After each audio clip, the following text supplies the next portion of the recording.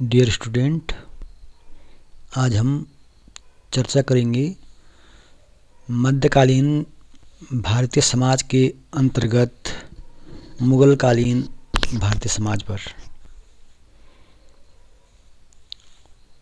यद्यपि मध्यकालीन भारतीय समाज सल्तनत काल और मुगल काल में लगभग समान स्थिति में था, परंतु फिर भी मुगल काल में भारतीय समाज में कई सामाजिक परिवर्तन हुए, जिस कारण हम यह पाते हैं कि मुगल काल में भारतीय समाज सल्तनत काल की तुलना में भिन्न था। इसलिए हम सल्तनत काल की तुलना में मुगलकालीन समाज में कुछ अन्य महत्वपूर्ण विशेषताएं पाते हैं। ये विशेषताएं हैं कि मुगल काल तक भारतीय समाज में जो सल्तनत काल से मुस्लिम धर्म का पदार्पण भारत में हो गया था और एक नवीन संस्कृति, मुस्लिम संस्कृति और भारतीय संस्कृति का जो मिलन हुआ, जो संगम हुआ, इन दो संस्कृतियों के संगम से, इन दो संस्कृतियों के मिलने से भारतीय समाज में खान पान, रहन सहन, भाषा, साहित्य आदि पर पर्याप्त प्रभाव पड़ा और दोनों संस्कृतियों में एक प्रकार से समन्वय की स्थिति भी उत्पन्न हुई और इस समन्वय की स्थिति से एक संयुक्त संस्कृति का उदय हुआ, जिसे हम गंगा जमुनी संस्कृति या कंपोजिट कल्चर कहते हैं। ये जो गंगा जमुनी संस्कृति है, यह मुगलकालीन भारतीय समाज की एक प्रमुख विशेषता है। इन मुस्लिम और हिंदू संस्कृति, या हम ये कह सकते हैं कि मुस्लिम और भारतीय संस्कृति का जो ये संगम हुआ, जो ये मिलन हुआ और इसके जो संश्लेषण से जो गंगा जमुनी संस्कृति अस्तित्व में आई, ऐसा नहीं कि ये सीधे ही मुगल काल में ही स्थापित हुई, बल्कि विगत 12वीं सदी से लेकर निरंतर 16वीं सदी तक इसका विकास होता रहा और इस कारण यह संस्कृति उत्पन्न हुई और इस संस्कृति ने अपने में दोनों संस्कृतियों की अर्थात हिंदू और मुस्लिम संस्कृति की भाषाएं, साहित्य, संगीत, चित्रकला, वास्तुकला, धर्म और अन्य सामाजिक व्यवहारों के आदान प्रदान को अपने में समेटा और इसका परिणाम यह हुआ कि एक मिलीजुली संस्कृति हमें मुगल काल में देखने को मिलती है। तो इस तरह हिंदू मुस्लिम संप्रदायों में जो आपसी समन्वय हुआ, एक भाईचारे का विकास हुआ, यह इस संस्कृति की एक महत्वपूर्ण विशेषता रही है। इस संस्कृति के परिणाम स्वरूप हिंदू मुस्लिम दोनों वर्गों में खान पान, रहन सहन, बोलचाल आदि में मेल जोल हुआ और इससे दोनों एक दूसरे के और करीब आए। और चौथी विशेषता है इस संस्कृति की कि इससे हिंदू और मुस्लिमों में धार्मिक सहिष्णुता का विकास हुआ। दोनों संस्कृतियों के लोग एक दूसरे की संस्कृति, धर्म आदि का सम्मान करने लगे और इससे समाज में धार्मिक सहिष्णुता का विकास हुआ। अब हम चर्चा करते हैं मुगल कालीन भारत की सामाजिक विशेषता का। मुगल कालीन भारतीय समाज यद्यपि सल्तनत काल की तरह ही सामान्यतया प्रमुखता से दो वर्गों में विभाजित था, मुस्लिम वर्ग और हिंदू वर्ग, अर्थात मुस्लिम समाज और हिंदू समाज। इस दृष्टि से मुस्लिम समाज में तत्कालीन परिस्थितियों में विदेशी मुसलमान और भारतीय मुसलमान प्रभावशाली थे। इनमें विदेशी मुसलमानों को सल्तनत काल की भांति ही अधिक महत्व प्रदान किया जाता था और अधिकांशतः उच्च पदों पर, जिसे हम उमरा वर्ग कहते हैं, उमरा वर्ग में अधिकांशतः विदेशी मुसलमानों को ही उच्च पदों पर नियुक्त किया जाता था। वर्नियर अपने विवरण में लिखता है कि औरंगजेब के शासनकाल में अधिकांश उमरा विभिन्न राष्ट्रों से आए हुए बहादुर लोग थे। यही नहीं, जहांगीर के शासनकाल में भारत भ्रमण के लिए आए एक यूरोपीय यात्री डॉक्टर जॉन फायर ने भी लिखा है कि बादशाह विदेशियों को यथासंभव अमीर तथा उमरा नियुक्त करता था। अर्थात हम यह कह सकते हैं कि भारत में जो भी मुसलमान विदेशों से आए, शासक वर्ग का उनके प्रति यह व्यवहार रहा कि अधिकांशतः उन्हें उच्च पदों पर नियुक्त किया जाता था। इनकी तुलना में भारतीय मुसलमानों को ऐसा अवसर विदेशियों की तुलना में कम प्राप्त होता था। यद्यपि ऐसा नहीं है कि भारतीय मुसलमान उच्च पदों पर नियुक्त नहीं होते थे, नियुक्त अवश्य होते थे, परंतु विदेशियों की तुलना में उनको यह अवसर कम प्रदान किया जाता था। दूसरा जो हिंदू वर्ग था, हिंदू समाज था, हिंदू समाज मुगल काल में भी विभिन्न जातियों और उपजातियों में बटा हुआ था, परंतु समय के साथ इनमें परिवर्तन होता गया और हिंदुओं को भी मुगल काल में बड़े बड़े पदों पर नियुक्त किया जाने लगा था। अकबर के शासनकाल में कई हिंदुओं को उच्च मनसब प्राप्त हुए और उन्होंने उच्च श्रेणी के मनसबदार के पदों पर को सुशोभित किया। मुसलमानों के प्रभाव से यद्यपि हिंदू समाज में जाति व्यवस्था का स्वरूप और भी जटिल हो गया था, इस कारण जो अस्पृश्य समझे जाने वाले कई वर्गों को मानसिक प्रताड़ना भी झेलनी पड़ती थी, परंतु फिर भी हिंदू समाज में ब्राह्मणों का सम्मान सर्वाधिक था।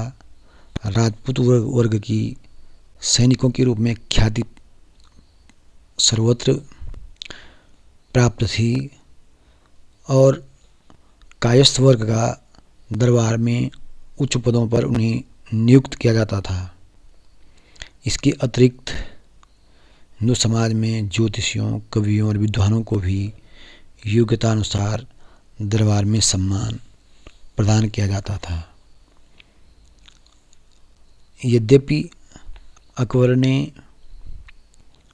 कई हिंदू राजकुमारियों से विवाह किया, परंतु फिर भी सामान्य तौर पर हिंदुओं की जटिल जाति प्रणाली के कारण हिंदू वर्ग में संकीर्णता विद्यमान रही तथा इस कारण हिंदू समाज में निम्न वर्ग को महत्व प्राप्त नहीं हो सका और निम्न वर्ग तब भी शोषित एवं उपेक्षित ही रहा। ये तो था धर्म के आधार पर समाज में हिंदू और मुस्लिमों की स्थिति का विवरण। अब हम आर्थिक आधार पर या कह सकते हैं कि जो दरबार में विभिन्न पदों पर जो नियुक्तियां होती थी उस आधार पर सामाजिक वर्गीकरण अर्थात समाज की स्थिति क्या थी, इस पर हम चर्चा करेंगे। तो मुगलकालीन समाज में प्रशासनिक या आर्थिक दृष्टि से हम तत्कालीन समाज को 5 वर्गों में विभाजित कर सकते हैं। इनमें पहला वर्ग है उमरा वर्ग। उमरा का अर्थ उच्च वर्ग से है और एक प्रकार से उमरा शब्द अमीर का बहुवचन है। जिस तरह हम सल्तनत काल में अमीरों का प्रभाव देखते हैं और अमीर वर्ग के संदर्भ में जानते हैं कि अमीर एक प्रभावशाली वर्ग था। अमीर सामान्यतः उन उच्च अधिकारियों के लिए प्रयुक्त किया जाता है अमीर शब्द जो उच्च पदों पर नियुक्त होते हैं। सल्तनत काल में जो भी दरबारी या उच्च पद से संबंधित जो भी व्यक्ति होते थे उन्हें अमीर कहा जाता था। परंतु मुगल काल में अमीर शब्द का प्रयोग एक वचन के रूप में न होकर उमरा के रूप में इसका प्रयोग होने लगा और सामूहिक रूप से अधिकारी वर्ग को उमरा वर्ग कहा जाता था। मुगल काल में सामान्यतया उमरा शब्द उन अधिकारियों के लिए प्रयुक्त होता था जो 1000 या उससे अधिक के मनसब के हकदार होते थे, अर्थात जिन्हें 1000 से अधिक का मनसब प्राप्त होता था उन्हें उमरा कहा जाता था। दूसरा महत्वपूर्ण जो पद था, उमरा तो एक प्रकार से पूरा वर्ग हो गया, लेकिन इस वर्ग में जो महत्वपूर्ण जो अधिकारी वर्ग था जिन्हें मनसबदार कहा जाता था। मनसबदारी प्रथा का प्रचलन मुगल काल में अकबर ने किया था और सामान्यतया मनसब का अर्थ पद से होता था। मनसबदारी प्रथा की एक प्रमुख विशेषता है कि इस प्रथा में किसी भी अधिकारी का या सामान्यतः किसी भी मनसबदार का जो मनसब नियुक्त होता था वह जात और सवार से तय होता था। अर्थात जात का अर्थ हुआ किसी मनसबदार का निजी वेतन जो उसे प्रदान किया जाता था, तथा सवार का अर्थ हुआ कि जितने सवार उसके अधीन होते थे, अर्थात जितने सवारों की उसे व्यवस्था करनी होती थी, जितने सवार वह अपने अधीन रख सकता था। जैसे 5000/5000 का अर्थ हुआ कि 5000 का मनसब यानी 5000 मनसबदार का नियत वेतन था और 5000 सवारों की उसे व्यवस्था करनी होती थी। इसी तरह दूसरा जो मनसब जैसे कहीं 5000/3000 अर्थात 5000 मनसबदार का निजी वेतन था और उसे उसके अधीन 3000 सवार रहते थे। इस तरह सवारों की तुलना में 5000/3000 वाला मनसब कमतर था अपेक्षाकृत किसके 5000/5000 की, क्योंकि 5000 जात 5000 सवार का जो महत्व था वो ज़्यादा था, क्योंकि उसके अधीन 5,000 उसका वेतन था और 5,000 ही उसको सवार जो रखने होते थे, उन सवारों के खर्चे के लिए उसको अलग से व्यवस्था करनी होती थी, जिसके लिए उसको अतिरिक्त आय प्राप्त होती थी। इस तरह मनसबदार का पद जात अब्लिक सवार से तय होता था। दूसरा महत्वपूर्ण वर्ग था समाज में आर्थिक आधार पर जमींदार वर्ग। जमींदार का अर्थ होता है जमीन का मालिक अर्थात भूस्वामी। पूर्व में या हमें कहें सामान्यतः व्यवहार में जमींदार के लिए अन्य शब्द भी प्रचलित थे, जैसे खुद, मुकद्दम, बिसवी, भूमि आदि। जमींदार अपने अधीन किसानों से भू राजस्व वसूल करता था तथा इससे स्वयं के लिए नजराना रख कर के बाकी को सरकारी खजाने में जमा करता था। जमींदारों की जो जमीन होती थी उस पर जमींदार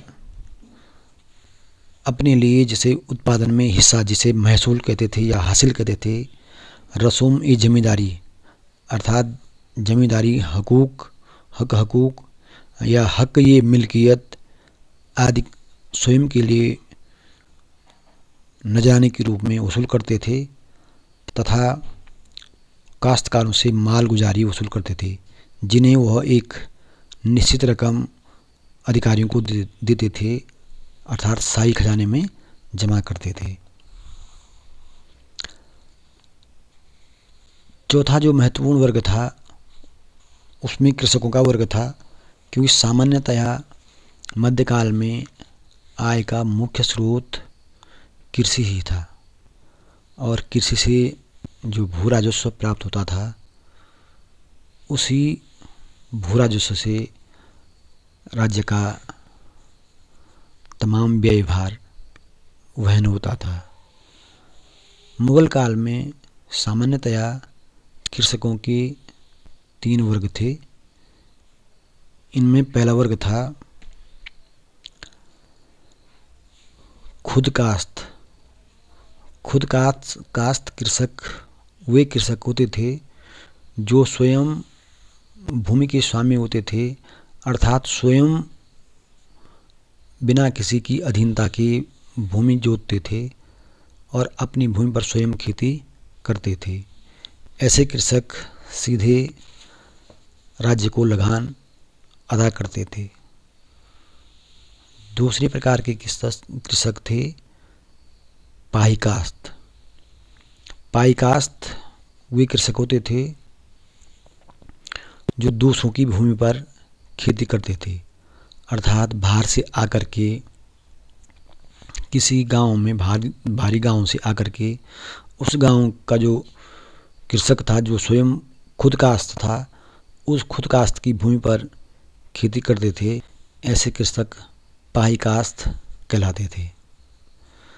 तीसरे प्रकार के कृषक थे मुजारियान अर्थात बटाईदार। बटाईदार का अर्थ हुआ ऐसे किसान जो खुद कास्त किसानों से भाड़े पर जमीन लेकर उस पर खेती करते थे।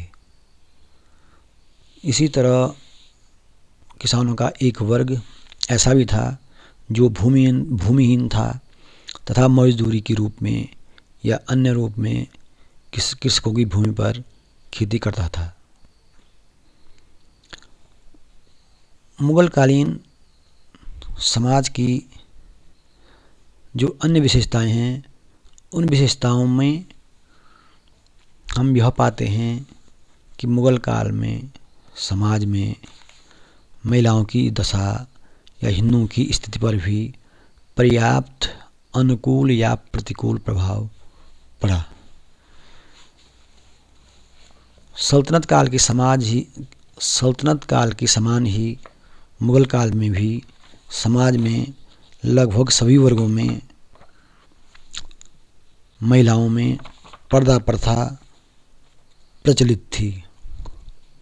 इसका एक कारण इस्लाम का प्रभाव भी था, क्योंकि इस्लाम के कारण भारतीय समाज में भी पर्दा प्रथा का प्रचलन हुआ। क्योंकि प्राचीन भारत में पर्दा प्रथा का कहीं भी जिक्र नहीं होता है। सामान्यतः हम ये पाते हैं कि सल्तनत काल के बाद ही भारत में पर्दा प्रथा प्रारंभ हुई। इस संदर्भ में के.एम. अशरफ लिखते हैं कि पर्दे का परंपरागत रूप मुस्लिम शासन के समय से ही प्रारंभ होता है। उच्च वर्ग के मुसलमानों और हिंदू दोनों में ही पर्दे का रिवाज हमें सल्तनत काल में और बाद में मुगल काल में देखने को मिलता है। यद्यपि यह प्रथा, अशरफ जो लिखते हैं कि मुसलमानों में यह प्रथा प्रारंभ से ही प्रचलित थी, परंतु हिंदुओं ने सुरक्षा की दृष्टि से इसे अपना लिया था, जिससे हिंदू नवयुवतियों की सतीत्व की रक्षा हो सके। इस कारण जहाँ मुसलमानों में पर्दा प्रथा पहले से प्रचलित थी, वहीं सुरक्षा के कारण हिंदुओं में यह प्रथा प्रचलित हो गई।